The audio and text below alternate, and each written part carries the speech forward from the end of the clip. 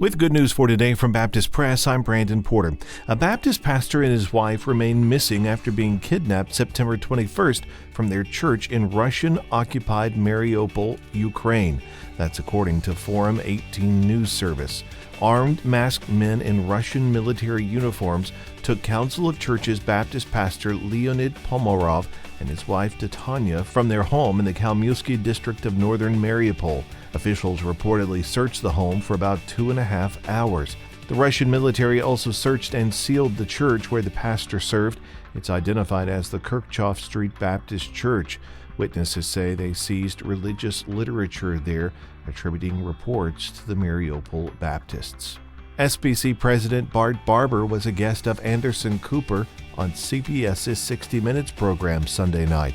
The 13-minute segment dealt with issues of sexual abuse in the SBC, political division in the U.S. surrounding former President Donald Trump, the separation of church and state, abortion, immigration, and same-sex marriage.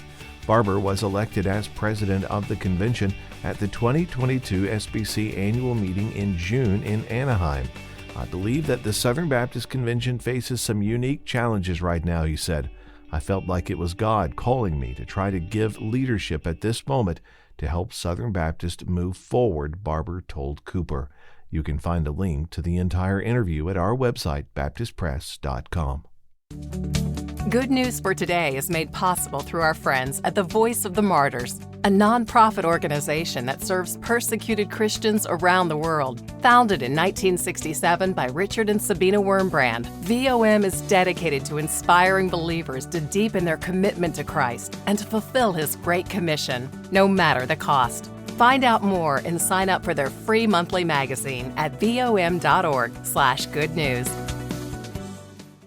When Hurricane Ian attacked Florida, Florida Baptist Disaster Relief was ready to offer restoration at a moment's notice. Numbers quickly ascended within days of the storm to include 180 volunteers serving at 9 feeding stations and 10 cleanup sites in the state. Through October 5th, volunteers had served more than 46,000 meals, completed 32 of the 232 cleanup jobs requested, and, most importantly, led 3 new believers to Christ. The work, only a microcosm of the annual scale of the Southern Baptist Disaster Relief effort. It's funded by the Southern Baptist Cooperative Program and the direct gifts from Southern Baptist churches as they support other efforts nationally. You can find the story and more details at our website, baptistpress.com. Thanks for listening to Good News for Today.